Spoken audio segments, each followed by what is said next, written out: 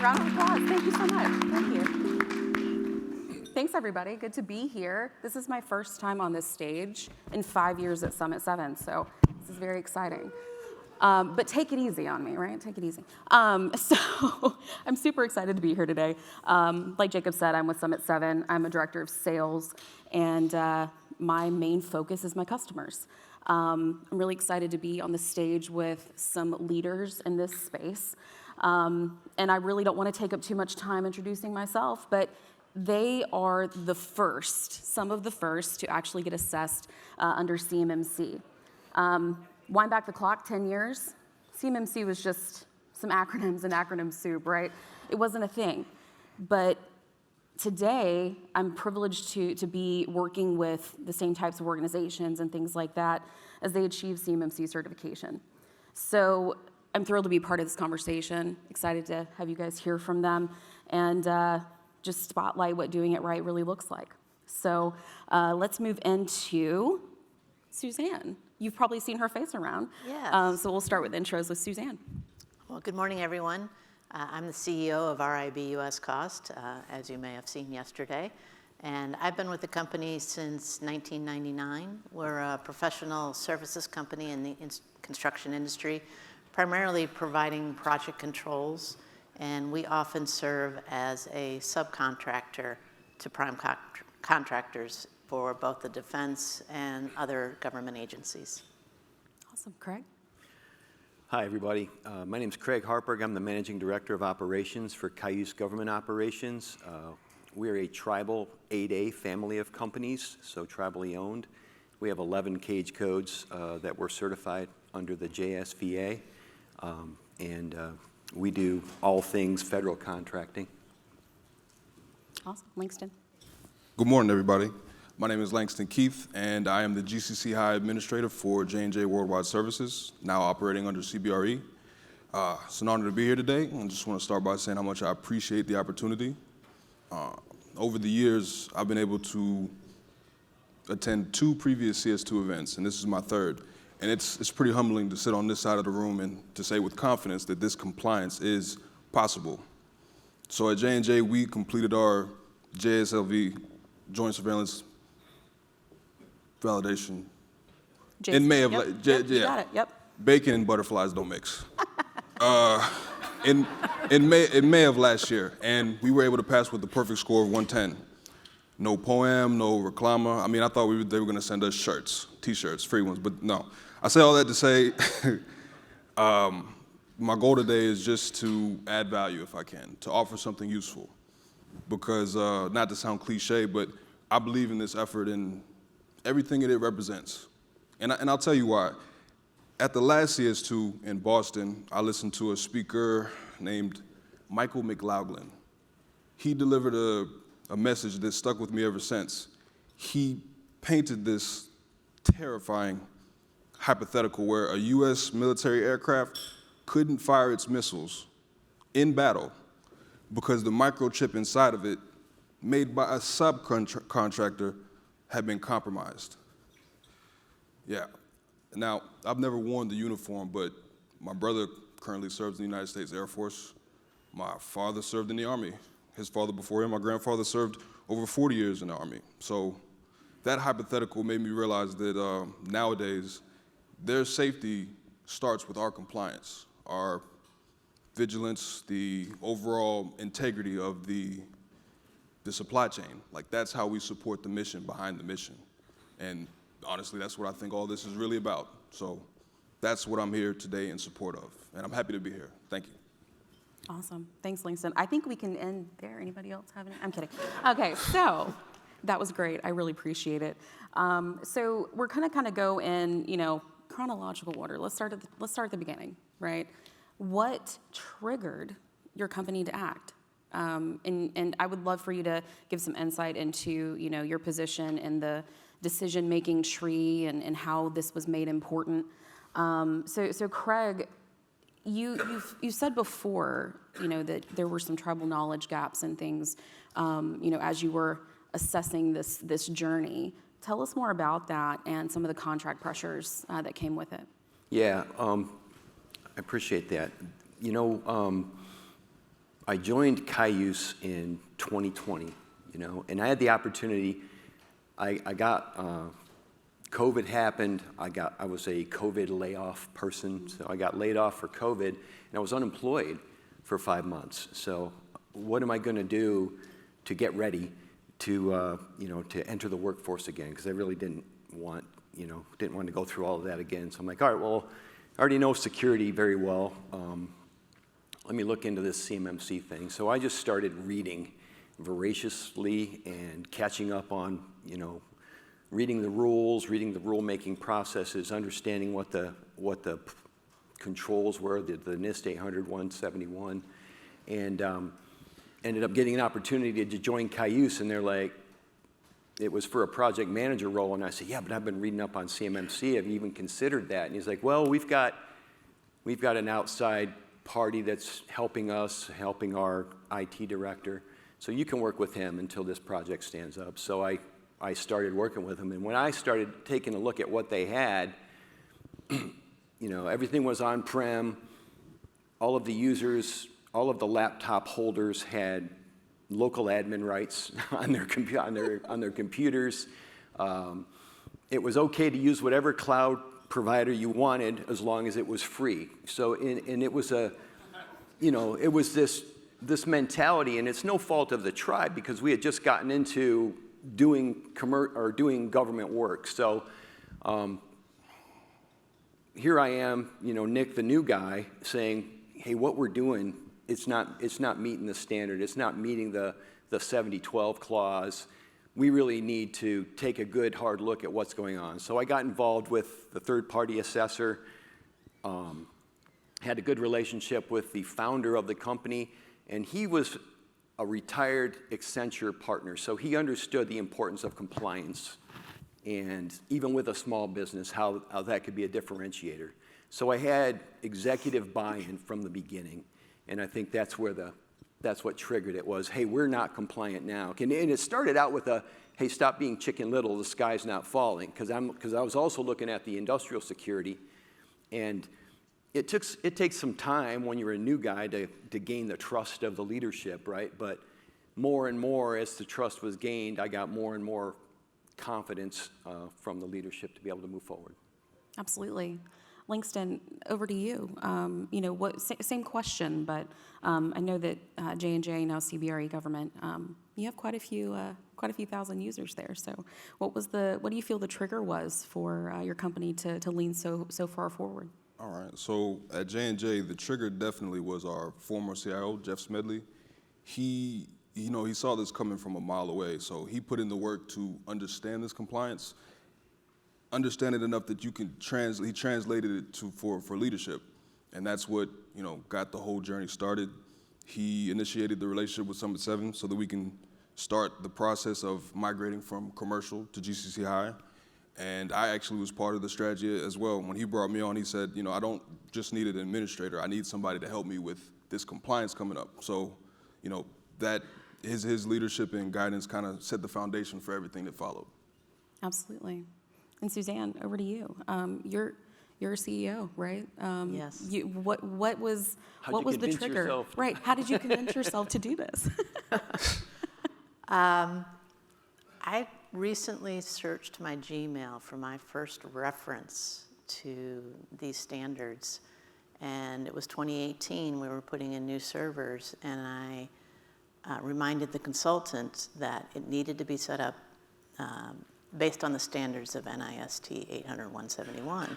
So that was really my first awareness as to there are standards we must follow if we're going to continue to be a defense contractor. However, it took me 7 years to get there.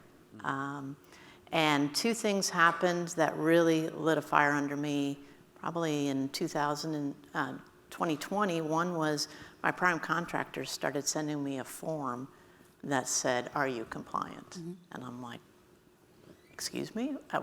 What do you mean? Even though I was aware of these standards, I wasn't necessarily aware of how it was impacting the contracts.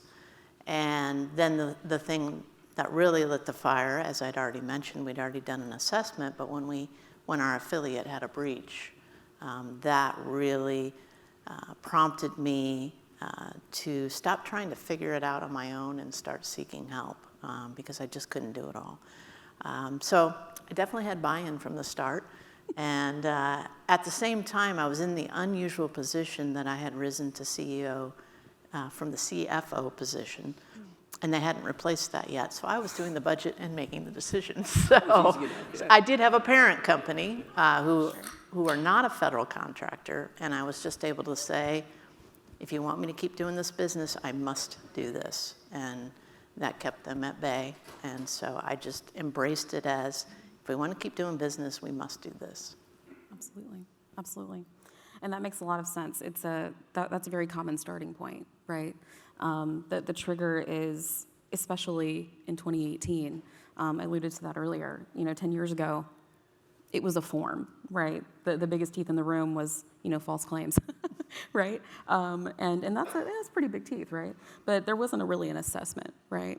But now, as you guys are some of the first, Craig, you guys having done a JSVA, Langston, J&J, doing a JSVA, and then Suzanne doing a C3PAO assessment of record. It's interesting to hear the commonality there. So on to a next, kind of discussion point. What were some of the biggest risks you guys were trying to mitigate? Was it, really contract pressure, prime pressure? Did you miss any contract opportunities, right? Let's hear more about that. So Langston, I'll start with you. What were some of the biggest risks you were trying to avoid? I think some of the biggest risks we tried to mitigate, first off, was competitive disadvantage. We didn't want to get pushed out of the market because we weren't compliant. Who doesn't want to sit at the cool kids table? Also, maybe the risk of mishandling CUI and the ramifications of that.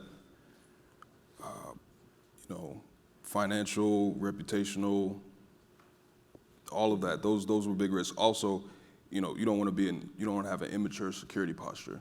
That just invites breaches, and we all know how those end up. So those were some of the biggest things we tried to mitigate. Yeah, absolutely. And at the time, something interesting with as I was prepping for this panel, as you guys were going through the acquisition with CBRE and really working through that process, having a mature security posture and then having something saying you are cyber secure, right? You have your CMMC certification that added to the value of your company. Is that correct? Absolutely, definitely. Yeah, absolutely, very cool. So Suzanne, same question. What are your thoughts around some of the biggest risks you're trying to mitigate besides what you've already stated? Was it really just around making sure that the breach didn't happen again, and you were just trying to forge the right path? Yes, I said in my video that I'm really driven by wanting to do things correctly. Sure. I've always been that way, and there is a little bit of fear involved. You don't want to get caught doing the wrong thing. It's never a pleasure to call the FBI and the Department of Defense and say something may have happened. So there was a little bit of a fear factor involved. I also wanted to be able to assure my prime contractors that we were doing what we could to make sure we were secure. I think in the early days, there was a lot of confusion as to what even secure meant.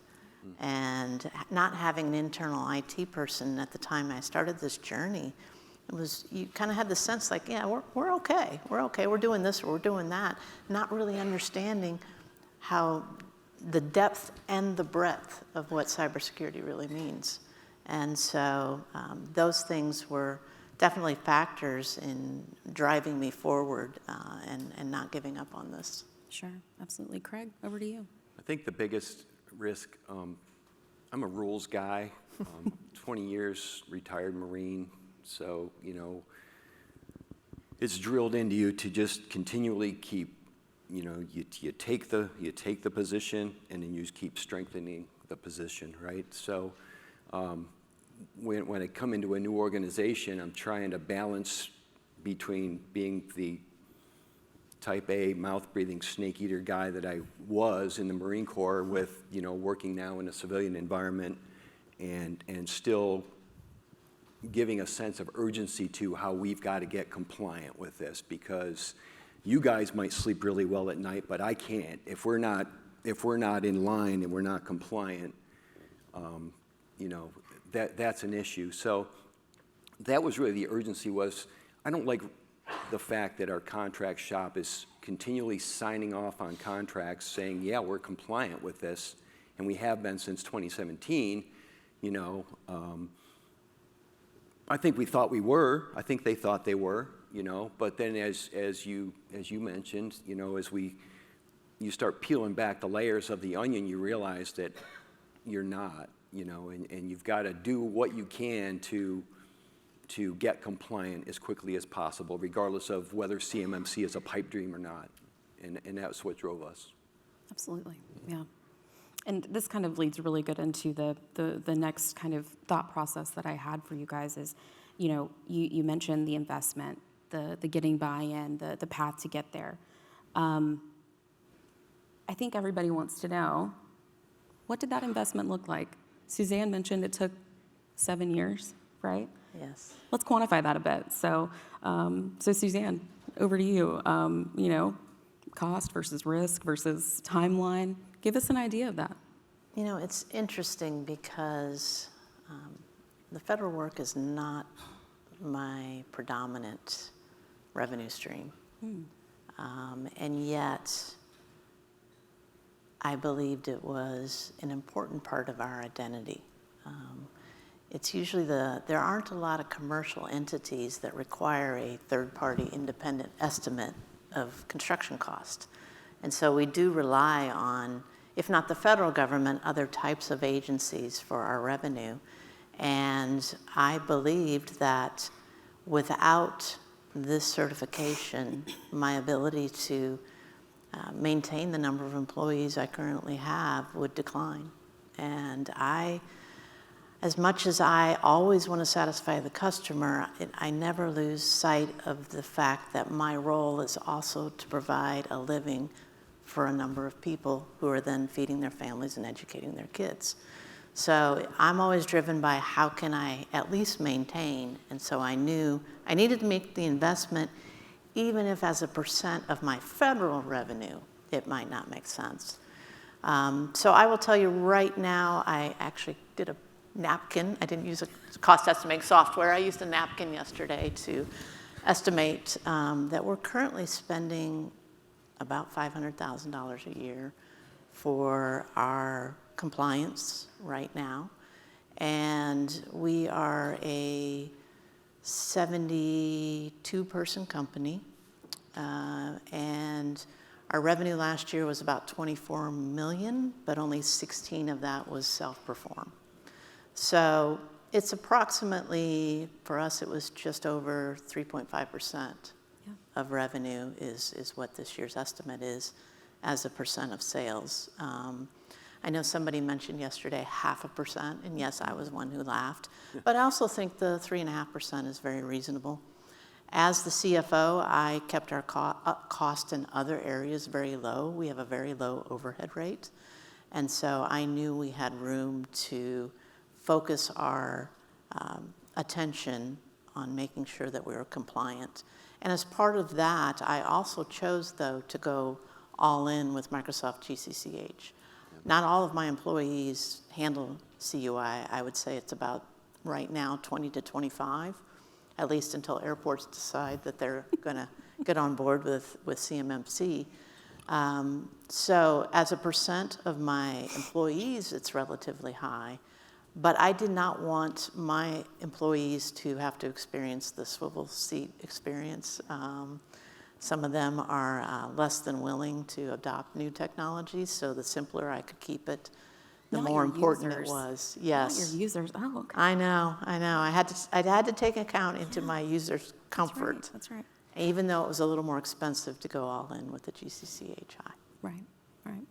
Craig, same question. Well, when I joined Cayuse, I think our revenue figures for the government business unit were around 60 to 70 million a year, about 300 employees total. Now I emailed our HR director, and we're at 664 employees, 51 independent contractors. And if we were independent contracting to somebody that's supporting a federal contract, we pay, we spring for the license and the laptop, and we give them that. Or they have access through either the VDI or the cloud. Mm-hmm. And the investment, the GCC high cost compared to, keep in mind the mentality was, do whatever you want with IT as long as it doesn't cost anything. There are plenty of free services out there that you can subscribe to. So, and there are, there's a version of OneDrive, I don't remember what it was called, Brady's, my ISS, and what was it called? Nextcloud, yeah. So we were on that, and they're owned by some Eastern Bloc country, right? So we started looking at that, and then we looked at the cost of, at the time, Microsoft Commercial was saying, we're FedRAMP moderate equivalent. I mean, they used to say that. Right. And we're like, okay, I kept telling my boss, I don't think so. I don't think they are. They're saying they are, but if they've got people supporting them outside of the continental US, then they can't be. So, so we looked into GCC High and being able to purchase that. And at the time, there were only so many, what do you call yourselves that sell GCC High? Resellers? Salesmen, yes. No. I mean, to have that certification, not everybody. You couldn't go just to Carasoft and get GCC High, right? So there was only a few to choose from. Yes. Summit 7 was one of them. I didn't go to them at first, but I basically explained to my bosses, if we're going to get compliant, we need to purchase as much of the compliance as we can. And the way that we can get compliant the fastest, and I know there's a lot of other solutions out there, for us, our case was Microsoft GCC High. So we started that process, and there's a vetting process for that. Microsoft has to approve you to even get it, GCC High. And that took 24 hours, right? Huh? It took no time at all to do, right? It took 24 hours to figure out the application. And then it took some time. It took a couple of weeks, but we kept moving forward. And this is when GCC High was not very desirable. Right now it's come a long ways, but when we adopted GCC High, it was 2021, and it was kludged together, and there were a lot of applications that are available on commercial that weren't even available on GCC High. Combine that with the fact that you've got to take all of your users that we're a remote company, and they've all got admin rights on their laptop, so how are we going to do this? So the solution that actually Daniel came up with, and then I took it to another company, and I'm still feeling guilty about that, but the solution that he came up with was do a virtual instance, do a VDI instance, and get your users on board in a virtual environment. The ones that are going to be using accessing CUI, the ones that you've got to get compliant quickly. So that's how we started. In that initial investment, I want to say the licenses for the E5 GCC High were about $1,000 a user. Yep. Yeah, and we have 300 users. So that was a significant investment for a small business. As far as our staff, our security staff, you're looking at them. It was me and Brady, and I poached Brady from IT, and it was just us two. So now I think we spend on GCC High and Azure consumption. Brady signs the invoices. What? 700K. About 700K a year. So you can see that, your cost of compliance is almost as much as ours, and you've got quite a few less employees. I'm including software and internal. Yeah, and okay, Summit 7. Yeah, got it. right. All right, Support, yeah. things like that. So about $750,000 a million a year in licensing, and that doesn't count, our MSSP agreements that we have with our external service provider, which is shameless plug, Summit 7. So, close to $1 million a year, I think, in keeping up with the compliance. But, we're always leaning forward on what's this going to be. It's going to be a differentiator for us, right? We're a small business. We're also an 8A business. That means we get to win contracts at the DoD for up to $100 million, unprotestable, right? Well, nobody's going to give you a contract if you're not compliant with the rules. So we're caught in that, between a rock and a hard place. It's like, yeah, we can get a direct award, but we've got to still show that we're compliant, and that's what drove us. Absolutely. Yeah. $750,000. Yeah, absolutely. That makes complete sense. And I can tell you from my seat and being in this industry for 10 years now, that's common, right? Those two percentages is what I hear most of. And I'm interfacing with clients constantly. So Langston, I'm going to kind of switch gears a bit. I'm going to go to the more tactical side of this. When it came down to the process to get to assessment, where you felt you were ready to sit for an assessment, I know that you guys leverage an external service provider like Craig, like Suzanne, but give us a bit of insight into what led to that as you were preparing for your assessment. Okay, so prep. Whew. Whew. I can compare our preparation to the Lord of the Rings trilogy. It was It's the long, best analogy I've ever heard. tedious, ups and downs. But in the end, if you're a nerd like me, it was good. It was good. To try to make a long story short, we started off just me and our CISO, Chris Williams, just 2 30-minute meetings a week. We scoured the internet looking for ways to improve our SSP. We came across some resources by Amira Arman, if she's in here. Thank you, Amira. Very quickly, we realized that 2 30-minute meetings a week was not going to cut it. We bumped it up to 3 one-hour meetings a week and kept that cadence for the first 6 months. The next 6 months, we brought in our CIO, Jeff Smedley. He would pop his head in and give us direction, make sure everything was going well.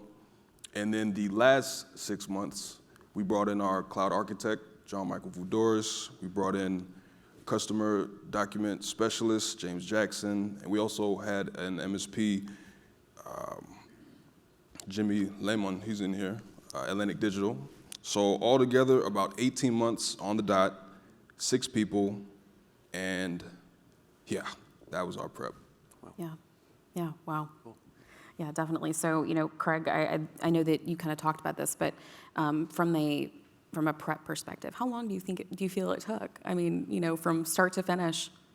It was my job in 2020 when I started, right? And what we discovered is what I really appreciate with the ecosystem that's in place now is the fact that you can go to a marketplace and find people that are all on the same sheet of music, because in the early phases of this, there were plenty of experts out there that said, well, how hard can it be? We've done SOC 2, we've done ISO 27001, I understand. I used to be in ISSM in the military, and I understand, that, what the NIST 853 was and FISMA. So you've got all these self-proclaimed experts, and when I joined Cayuse, we fired a lot. The first assessor that we were working with, they were doing a gap assessment, and when you get to the point where you know more than they do, you shouldn't be paying them money. If they can't answer your questions, or if you know more about the process or about the documentation than they do, then you need to move on. So I think my advice is, learn from me. Be slow to sign and quick to fire, and take a look at the agreements that you sign with these experts. I don't care if you get a better deal for signing for 3 years. I don't recommend it. Sign for a year at a time, and pay the cost, because clawing that money back gets hard if you find out that they couldn't give you what they said. One of them was, you put in the data and it just spits out an SSP, and that was the demo, right? You just put in the data, it spits out an SSP, and it's all good. And we're like, yeah, we're going to do that. No, I mean, it was just a terrible, ugly, professional relationship that was just ruined. And we went through that.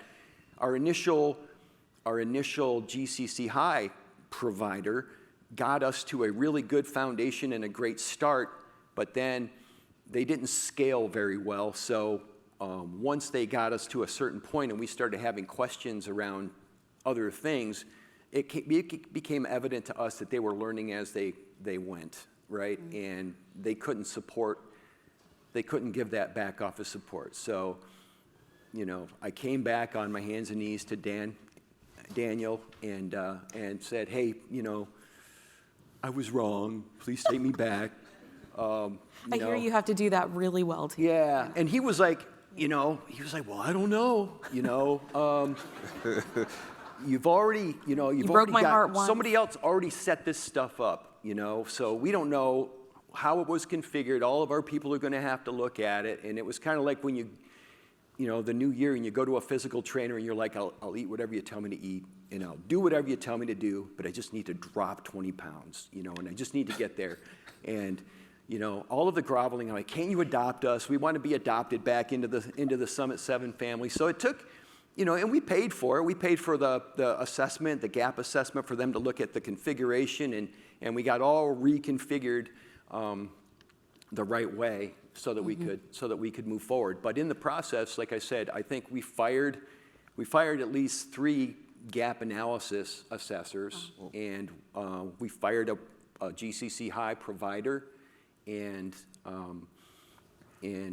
I think there's a lot of documentation out there, and if you just take the time, I think people don't read enough, but if you just read all of the links that were on the DoD CIO website and all the stuff that's available in the marketplace, it's kind of like a cookbook. I mean, if you can read, you can cook, right?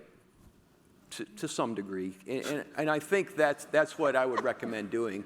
Because you're going to pay for outside expertise. And if you're a small business, you've got limited resources to go by. And I think in order for you to exude that confidence to your leadership, you need to be the in-house subject matter expert. And then they're willing to help you to bring on a consultant or bring on some help, to get to the next step. But it took us we implemented GCC High in 2021, and it was a slow process. Getting all the laptops back, putting out managed endpoints, working with our government tenant to implement everything, starting with VDIs. And in April of 2024, we did our JSVA. So, Wow. About 3 years, huh? Yeah, about 3 years. Yeah. I think it's a good average. I really do. So, yeah. Yeah, absolutely.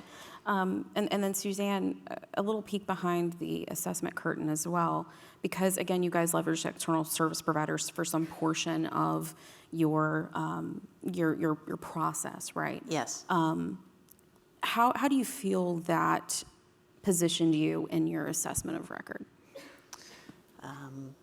My first gap analysis was done by someone other than Summit 7 in 2020. And they were actually an affiliate. And although they'd handled fintech and some hospitals and some local government agencies, they were not familiar with federal, first of all. And second of all, even though I was receiving a slight discount, I felt that we were backburnered a lot in lieu of their real clients, being an affiliate. So it was very difficult to go to my parent organization and say, your MSP doesn't work for me. It's not working. And so then I did a search for those who were putting themselves out there as experts, or at least willing to embrace CMMC and work with all sizes of companies. And I hope Scott doesn't mind that I share this, but part of my decision-making was being in Atlanta. I thought, I don't really want a company in the Beltway. I just felt like I might not get a lot of attention compared to all the defense contractors and other agencies who are located here. And believe that being somewhat close geographically would serve both entities well. And so I reached out to Dan, and we began the process. And, initially, a lot of it was based on technical aspects and configuration, but I went to Summit 7 and said, for me, it's not enough, because I still don't always know what you guys are telling me, how to translate that into what I need to be doing from my side of the shared responsibility matrix. I needed help understanding the shared responsibility matrix and what I needed to be doing. And so once we moved into what is now Commander, I felt like our ability to see progress and achieve the results that we needed were accelerated. There were some painful moments, and we got through them. But I will tell you, by the time we got to assessment, I believe the assessment itself by our external, I always want to say C3PAO, it's whatever the Star Wars one. C3PO, I get yeah. it confused with the guy from Star Wars. Same thing, right? Yeah. That, you know, my internal analysts may disagree, but I felt like it went quite smoothly and knew that Summit 7 had my back. And then actually getting the certificate was not a surprise. I just knew going into it that we had done with their support everything that needed to be done. And so for that, I'm grateful and very pleased that we survived, passed, and are ready to continue to move forward on the journey because it doesn't end. Absolutely, yeah, and actually, to that point, from where you are now that you're assessed, what does the road look like now? Because I talked to Craig last night, and I noticed he was a little smug. He was a little smug. No stress, no stress. And I said, this is so cool. What's your focus now, right? Yeah. What does the road look like, and where are you headed? Well, I think it allows, I think the one thing that I really enjoy is being able to have others learn from our experience, right? So I'm also in CMS, so I'm also the security guy for our company. So, teaching FSOs and ISSMs about CMMC and CUI and what the requirements are, being able to move forward. Having been through a successful assessment, right? So the audience is captive because you've been there, you've done that, you understand what it takes. And then a JSVA, it was interesting to hear that, the CAP doesn't talk about compliance with 7012 or with all of the paragraphs. Well, the DIBCAC High does. So we got assessed by, the C3PAO, and then we got assessed by DIBCAC High simultaneously. And they did have to see our reporting requirements and all of that other, stuff. So I think it gives us the, I'm glad we got it. It makes me angry a little bit that it's been 13 months and we haven't been able to really super capitalize on, that being in front of the bow wave of that, because we've always looked at it as this is going to be a competitive advantage for us. But we're starting to see that now. Yeah. We're starting to see that now. We're getting data calls from prime contractors, data calls from the government, and it sure is nice to be able to say, we're CMMC level 2 now. We're part of the 1%, that's got it now, and that is a differentiator. I'm hoping it's going to turn into, a revenue-generating event, Absolutely. for us. But that also allows us to focus on Rev 3. It allows us to focus on what's level 3 going to look like. That's what my CEO asked. He said, okay, when are we getting level 3? I'm like, they don't even have, that's still in draft form, in my opinion, so, we'll see if we're ready. My understanding is you've got to be invited to get level 3. You've got to have the contract requirement to undergo a level 3 assessment. But, it wouldn't make any sense to lean forward and get that certification and then just sit back on your laurels. You want to always lead from the front, right? So we'll just keep looking at the next thing. CMMI maturity level 3 for record assessment for us is in July. So that's the 50-meter target for us. Assessments don't stop, right? Yeah. Great, thank you, Craig. And Suzanne mentioned, along those same lines, but there's taking a look at your posture monthly, making sure that you're reviewing things annually to ensure that you're staying within your policies, procedures, and as things change, those are handled appropriately, right? From that perspective, I think, having this certification just gives you a really nice, clear path forward from there, right? Yes. So before we move to questions, I do want to ask, Langston, starting with you, what advice would you give someone that's going into their assessment? What's the thing that you wish you would have known at the time? I would say my advice would be to live your compliance before you try to prove it. We practice and we prepared so much. We, as a team, we reviewed all 110 controls at least 3 or 4 times, and some of these controls we spent an entire meeting debating on what works, what doesn't work. So make sure that you understand your environment intimately, like how do things work? How do people come on board? How do people go off board? All the controls, where they sit. Do you have screenshot evidence of everything? Could you show somebody, if they asked you, show me this control? Those sort of things would be my best advice, yes. Absolutely. Suzanne? Definitely find the experts. Don't try to go it alone. And I say that from the perspective of, we operate as a small business. Yes, we have large parents, but we are responsible for ourselves. But I find it interesting that Summit 7 also has very large businesses as clients.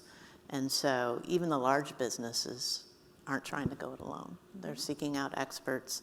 You can't have one person, as much as I love Alexis out there, one person who knows everything about everything. It's just not possible. There's just too many variables to have an IT guy like you used to have. So my recommendation is definitely find a partner and work closely with them. Absolutely. Craig? Develop a plan and be prepared to deviate from it as soon as you step across the line of departure, right? Because that's it. But you need to have a plan. So, at our weekly operations meetings, I had this chevron chart, and each item, was either red, yellow, or green, and it's like, here's what we're going to do. Okay, we're going to initiate GCC high. Let's turn that green. Now we're going to establish a user base in the VDI environment so that we can get all of our users in. They've got an environment to work from, so we can start pulling back their PCs and giving them PCs that would be managed endpoints, right? But come up with a plan and stick to it, but be prepared to deviate from it, and stay flexible. I think that would be my advice: is read. The stuff is out there. You can rely on an expert, but if they know more than you, then you don't know what they don't know, and so you've got to really, Ronald Reagan, right? Trust but verify, right? Put your faith in somebody who's been doing this for a while. I think that's my biggest advice. And then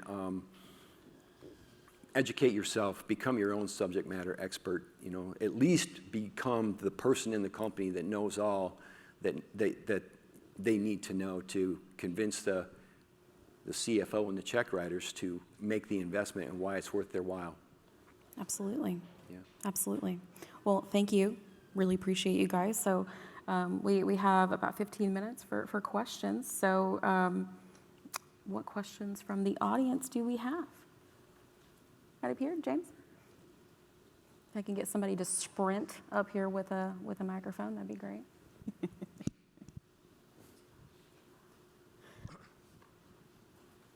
Nobody? Right up here, Scott, James. All right. Well, All right. While I'm walking up there, Craig, you said the 1% of companies that have gotten certified. It's not the 1%. It's 0.1%. Is it really? 1%. It's 0.1% right now. Oh, I'm going There back you to him go. with that. Yeah, you are. Sure. Yeah. Scott said it. 80,000, and there's 88. You heard this morning. Yeah. I didn't know if that included JSVA. Yeah. Yeah, definitely. So we've heard about your advice. We also heard about the risks that you guys kind of communicated. But in the world of technology, a lot of things can fail. So what would you say was one of your biggest challenges as you're on your road to compliance, whether that would have been, you mentioned your assessors. So what would you say would be a one or few things that this really bit us? Be mindful of that on your road to compliance. Well, there's a lot of different ways you can be compliant, right? We happen to go the Microsoft route, right? Microsoft GCC high route. And the thing that really sold that for me was it helped add to the shared responsibility. And when it came time for the assessment, the question came up was, well, how do you know Microsoft? You know, how do you know what Microsoft is doing? Because you say Microsoft does that, right? And that should be the answer, because no one's going to go to Silicon Valley and hold them to task. It's hard to find on Microsoft's website, but it's the CMMC placemat, right? And if you go and you look up the CMMC placemat, it's got a column there, and you can pick the menu, pick the licensing, and when you click on the license, all 110 controls come up, right? And depending on the licensing solution that you pick, some of them go from white to yellow to blue, and I think the blue is the good one, right? So I just clicked on the licensing until I could turn as many things blue as I could, because I'm like, we want to buy this, right? I want to be able to convince the bosses that this is the investment that's worthwhile. And rather than trying to do it ourselves, everything was on, I didn't mention it, everything was on-prem, when I came on board in 2020, right? So our migration to the cloud, we had a few instances of let's just do our email in the cloud or something like that. But that's what really I think where you can go wrong is not understanding what your responsibility is compared to what you're purchasing. With Microsoft and that placemat, you can look at that, and that can be your tool to go to a Summit 7 or a provider of GCC High and say, I want to get this licensing solution. And it's also a vetting tool for you, because Daniel's going to say, you all need E5 licenses, because, he's a salesman, right? And that's the way that things work. So that would be my advice is, make sure you're getting what you think you're buying. And when technology does change, stay up to date with it. Subscribe to the vulnerability sites, the CISA sites, and Absolutely. Stay up to date. Yeah. Suzanne Langston, any thoughts on that question? I would have to defer to Summit 7 on the technical, as well as Alexis. So Yes. I'm off the hook on this one. Subscribe to the podcast too. You know what I'm saying? Okay. Yeah. So one of the questions that came in online was talking about consideration for cloud service provider SSPs and customer responsibility matrix during assessment. They said, can any of the OSCs talk about how they used inheritance from the cloud service provider and how they included the cloud service provider's SSP/853 information into their CMMC assessment? I'll start. For some of the controls, we had to use Microsoft's body of evidence. For the controls that they take care of, all the stuff is housed in their data centers. The physical security is theirs. So I would say that's how we handle that, yeah. I downloaded Microsoft SSP. It's available. Their SSP is available for GCC High. It might not be anymore, but it was, when I went and found it. And once I download something, I have it forever. So that's what we did. We did have some instances. For example, we've got an AI instance that we use for proposal writing, right? And as AI is moving, but they didn't have an instance where they weren't FedRAMP, right? So what we did was we took that and we spun up a virtual server in our environment, which was already approved, and ran it as an on-prem environment. So we were able to incorporate the SSP, that way. As far as the other CSPs, it's amazing. You ask a provider, they'll give you a great demo, and it's a whiz-bang demo, and you'll say, "Are you FedRAMP authorized?" And a lot of them will say, the salesman will say yes. And then as you start digging further and further, you realize that they're not. So, do your research yourself and look at the FedRAMP marketplace and make sure that they've got that authorization. If they have that authorization, they're happy to provide you the FedRAMP version, which is significantly more costly than their traditional cloud version. Got one over here.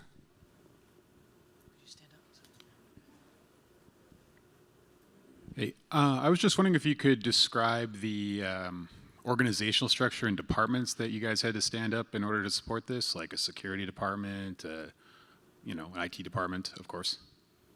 That's a great question.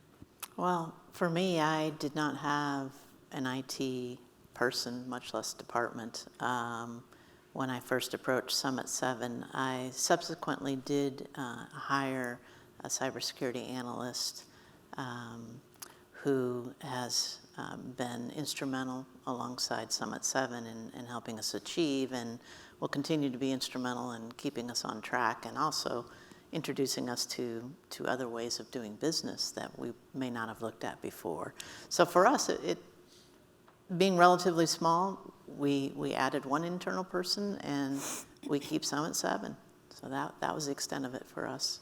We had a small shop to begin with, I think, in the IT shop. And we've got two different tenants now. We have a commercial tenant on Microsoft and a government tenant on Microsoft. And our IT shop has seven people.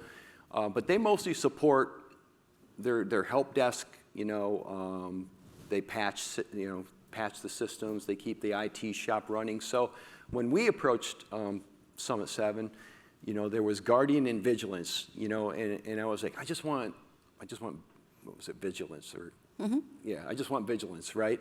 And it was, well, you can't, they come in a set, it's like salt and pepper, right? So you've got to get both. So we had internal IT that we could staff. So we had, 600 employees. We've got 7 IT people. Brady and Fred are the two on the cybersecurity side.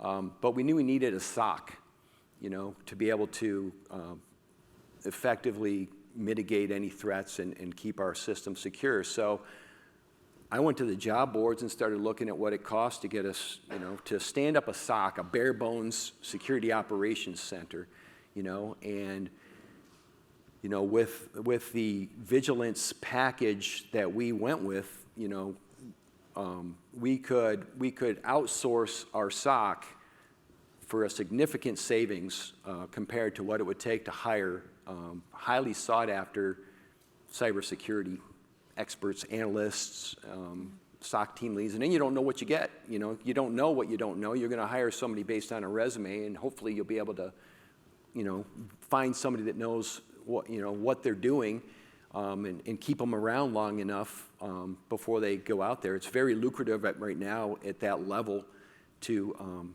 go and go up the road, especially here in the Beltway, right? For another 10 grand, they're out the door. So I like the fact that we could outsource the security operations piece, and then as far as the Guardian piece, managing just our VDI environment, and that worked out very well for us. It was a good hybrid solution for us. To add on to what Craig said, yes, we also use Vigilance. We needed a SOC, but other than that, our IT department didn't really change. Truth be told, we lost 2 people since when we started to when we became compliant. So, yeah. Speaking to the 0% unemployment in this in the industry, I think is a good testament to that. Yeah, 3 years is a long time once you're certified. So do you all anticipate making changes within that 3-year period, which would require another maybe certification, or at least a Delta certification, depending on how that plays out? I think for us, the biggest one of interest that was discussed a little bit earlier was we may have to change offices, physical offices, and what will that entail? Will it actually entail requiring recertification, even though we may not change policies and procedures? The worst that may happen is we have to change our access control system. And so will we be just analyzed on access control, or do we have to start over? So we do have some concerns about that. But primarily what our objective is, I joked with Caleb that, you know, when it comes to R3, well, I'll worry about it when my 3 years is up. But that was truly a joke because I intend on continuing the process. So is anything in R3 going to affect what was already been certified under R2? I don't know yet, but our objective is to be ready, if not before it expires, you know, right at the time that it expires, that we'll be ready for the R3. We have a draft SSP right now that as we're implementing changes or we're adding assets or taking away assets, that we will keep adding to that, you know, because the accreditation or the certification goes with the SSP that's current, right? So we have to work from that, but we've got a draft SSP so that we can be ready and be prepared if there's going to be a change. Nothing to add here. Nothing to add. I'm good. I think that's it. So no more questions in the audience at the moment. I'd like to make one more comment. Yeah, if I sure. may. Go ahead, Suzanne. I believe I'm unusual in the sense that I am a subcontractor who went after this very early. My biggest concern is I depend on prime contractors for my business, and I have a number of small prime contractors who expressed some shock that I was certified because they're not even close. And what really worries me about that is I don't get business if they don't get business. And so part of my marketing, my trying to use this to a marketing advantage is going to be educating my prime contractors that, you know, you must do this to get contracts. And obviously I know who to recommend, and obviously I will assure them they can't do it in 2 weeks. Sure. But I do want to emphasize that for those who are subcontractors, that it's just as important to get certified, but it's also important that we're pushing our prime contractors to ensure that they're certified. Yeah. Okay. Great point. Thank you very much, Suzanne. That's very good advice. Yeah. One more thing, Lisa. Again, thank you for this. I wanted to ask the crowd for a favor. I didn't tell many people, but today is my birthday. All right. So if I could take, thank you. If I could take a picture of the crowd before everybody goes to lunch, I would really appreciate it.